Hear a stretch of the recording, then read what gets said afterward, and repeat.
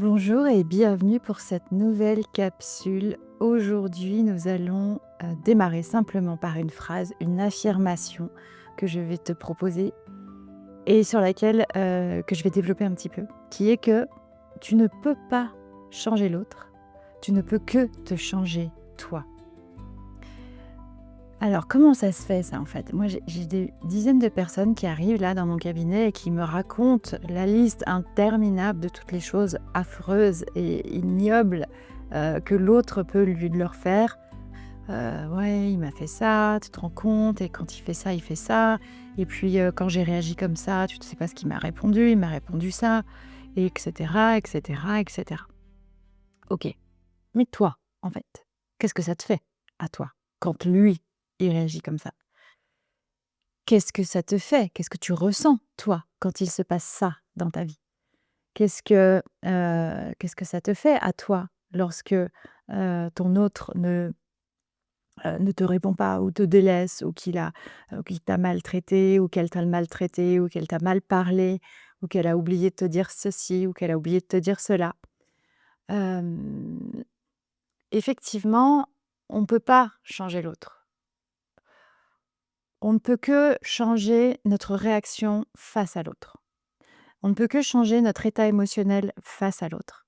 C'est-à-dire que si l'autre, dans sa vie ou dans son comportement, hem, maintient quelque chose ou, ne répond pas à une demande qu'on lui fait ou ne transforme pas un comportement qui nous touche et qui nous blesse, eh bien, il y a 2 possibilités. Soit effectivement, ça vient toucher très, très, très, très profondément notre valeur, nos valeurs. Donc les valeurs, c'est ce qui est important pour nous.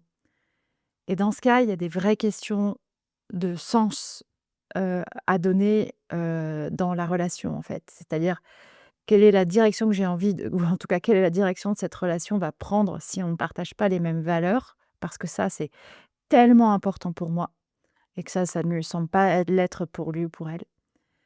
Donc du coup, quelle est la direction qu'on va donner, à cette relation si, en tout cas, les 2 protagonistes ne vont pas dans le même sens? Donc ça paraît très, très compliqué.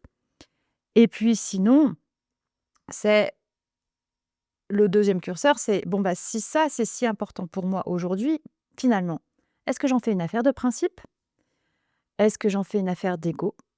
Est-ce que derrière, j'ai une blessure qui est touchée par cette situation?» Heu, voilà. Il y a différentes choses qui sont à prendre en considération. Quoi qu'il en soit, je pourrais remuer ciel et terre, brasser du vent pendant des heures et des heures, déplacer des montagnes. L'autre ne changera pas si moi, je ne change pas. En fait, dans les interactions les uns vis-à-vis des autres, en fait, on ne fait que réagir l'un par rapport à l'autre. Donc, si moi je continue d'agir exactement de la même manière, si je ne transforme pas mon comportement, l'autre va continuer de faire la même chose. Et pareil, Hem, enfin, si l'autre continue et que moi ça continue de m'énerver, mais que je ne cherche pas à transformer à l'intérieur de moi la réaction que cela engendre pour moi, eh bien, il ne va rien se passer. Les choses vont rester telles. Donc on est obligé d'amorcer ce changement nous-mêmes. Et ensuite, l'autre va pouvoir, à notre contact, si toutefois je suis suffisamment importante, parce que je suis une fille, si toutefois je suis suffisamment importante pour lui ou pour elle, alors, il va adapter son comportement, peut-être se remettre en question, peut-être faire un compromis, peut-être, faire une concession sur cette chose-là ou quoi. Mais je ne peux pas changer l'autre et c'est normal, en fait, parce que je n'ai que moi-même sous ma propre responsabilité.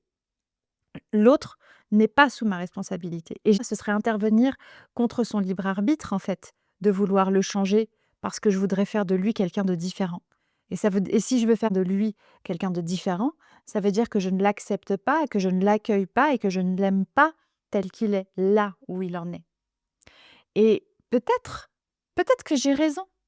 Peut-être que j'ai raison, que ce serait mieux pour lui, ou pour elle, de changer ceci ou cela, mais peut-être pas. Peut-être que pour pouvoir changer et faire cette prise de conscience, l'autre va avoir besoin de passer par différentes étapes dont je n'ai absolument aucune idée et pour le coup, qui suis-je pour savoir mieux que l'autre ce qui est bon pour lui? Donc vouloir changer l'autre est vain, inutile et maltraitant. Alors je dis ça, c'est très facile à dire, hein, la théorie je la connais, hein. La pratique, c'est pas la même parce que en plus moi dans ma posture de thérapeute parfois, donc je le sais très, très bien, hein, parce que tous les jours j'expérimente ça. Parce que tous les jours les gens viennent me voir, pour me demander, comment aller mieux, heu, comment, aller mieux dans leur relation et cetera et cetera. Et je sais, j'ai expérimenté déjà à titre professionnel, premièrement, que, la personne a son propre processus de compréhension et de prise de conscience à faire pour passer du point A au point B. Ça, c'est la première chose. Mais moi, dans ma vie personnelle, que ce soit pour mes parents, pardon, pour mes enfants, que ce soit pour, mon compagnon, que ce soit pour, différentes personnes que j'aime profondément dans ma vie, mais ça m'arrive tous les jours de vouloir les faire changer, de vouloir les faire, se transformer parce que je crois parce que j'ai mon ego aussi, je crois que c'est mieux pour eux de faire ci, de penser ça, de voir ci, de voir ça et de penser autrement. Mais en fait, c'est malveillant de ma part pratiquement. On pourrait presque dire ça. Parce que c'est mon petit ego là-haut qui croit que, mon chemin, ma façon de voir les choses, ma façon de penser pour eux, à leur place en plus, serait meilleure que leur propre façon à eux de voir les choses. Mais c'est vrai qu'en attendant, c'est douloureux. C'est douloureux en fait de voir, d'observer une situation qui vient nous chercher très fort. Mais si elle vient nous chercher très fort, ça veut dire qu'en fait, ça vient réactiver encore et encore une blessure que j'ai en profondeur à l'intérieur de moi. Et encore, cette émotion, c'est à moi et à moi seule de la gérer. Parfois, il me faut du temps, parfois, ça vient plus vite. Ça dépend de la situation en question. Mais voilà, c'était vraiment le message que je voulais te partager aujourd'hui, c'est-à-dire que tu ne peux pas changer l'autre, tu ne peux que te changer toi. C'est-à-dire l'autre vient par effet miroir te manifester, te montrer quelque chose qui est encore activé à l'intérieur de toi, parce que sinon tu aurais une réaction neutre et, et je veux dire, et sereine et paisible par rapport à ce que l'autre te présente. Donc si ça vient te chercher, c'est que ça vient activer l'une ou l'autre de tes blessures. Et à ce moment-là, de toute façon, si tu continues de réagir avec ta blessure, l'autre ne va toujours pas changer puisqu'en fait son «rôle» entre guillemets, c'est de te montrer ta blessure. Donc il va pas changer tant que toi tu auras pas «corrigé» entre guillemets ta façon de réagir. Et oui, c'est toujours à nous de prendre la responsabilité de notre propre émotion et de notre propre sentiment, comportement. Avec tout ça, n'oublie pas que tu es la personne la plus importante de ta vie, parce que si justement tu n'étais pas la personne la plus importante de ta vie, tu ne pourrais pas prendre ce pas de recul entre toi et toi-même pour observer ce que la situation vient te faire, vient émerger faire émerger chez toi et prendre le temps et l'espace de revenir dessus, de te centrer dessus et de te dire: «OK, là, je suis en train de faire ceci, je ressens cela». J'ai telle réaction.